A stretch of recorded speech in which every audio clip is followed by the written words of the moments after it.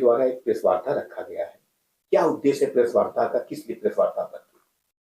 Press वार्ता आज बुलाने का मुख्य उद्देश्य ये है कि Uttar Pradesh tax bar association के 2 वर्षीय चुनाव 2024-26 के लिए जगह निर्धारित की गई थी सिकोहाबाद।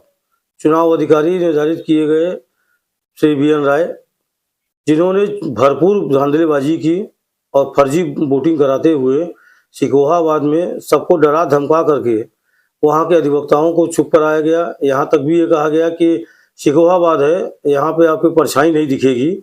तो डरा धमका करके बॉक्सर के बुला करके उनके सामने इन्होंने वोटिंग कराई और फर्जी मतदान करवाया। 100 की संख्या में लगभग फर्जी मतदान किए गए, 100% मतदान किया गया। जबकि उत्तर प्रदेश टैक्स बार के बाइलाज और संविधान का ये स्पष्ट था कि कोई भी कार्यकारिणी का पदाधिकारी या सदस्य जो उपस्थित नहीं होगा, उनकी वोटिंग राइट का कोई भी क्रेडेंशियल जारी नहीं होगा। लेकिन वहाँ 100% मतदान हुए, जबकि 5 ऐसे सदस्य थे जो कि उस चुनाव में आ ही नहीं पाए थे और उनका भी वोट पड़ा।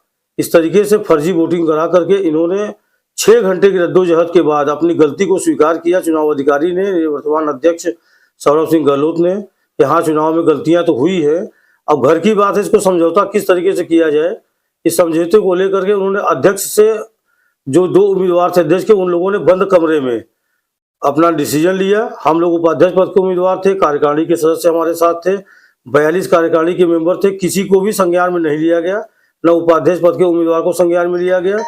उन लोगों ने आपसी सहमति क्या की, कैसे क्या निर्णय लिया और अंत में उन्होंने चुनाव के परिणाम घोषित कर दिए, जिसमें हम जीते हुए प्रत्याशियों को भी उन्होंने हराने का पूरा प्रयास किया और हरा दिया। अपने चहेतों को, जो उनके चमचेबाज थे, उनको उन्होंने जिताया है और पूर्ण रूप से बेईमानी की है। किस आधार पे आप कह रहे हैं कि वहाँ फर्जी वोटिंग हुई? फर्जी वोटिंग का मुख्य सबसे बड़ा उद्देश्य तो आपके सामने प्रदर्शित यही हो रहा है कि जहाँ 100% मतदान हो रहे हैं और हमारा संविधान ये कहता है कि किसी भी कार्यकारिणी का सदस्य या पूर्व सेक्रेटरी या पूर्व अध्यक्ष जो कि अपना क्रेडेंशियल, मतलब उत्तराधिकार अपना किसी को नहीं दे सकता कि हम आपको राइट दे रहे हैं कि आप जाके मेरा वोट डाल दें, ये हमारे संविधान में नहीं है। और संविधान लिखने वाले भी वही हैं जो आज के वर्तमान के चुनाव अधिकारी थे।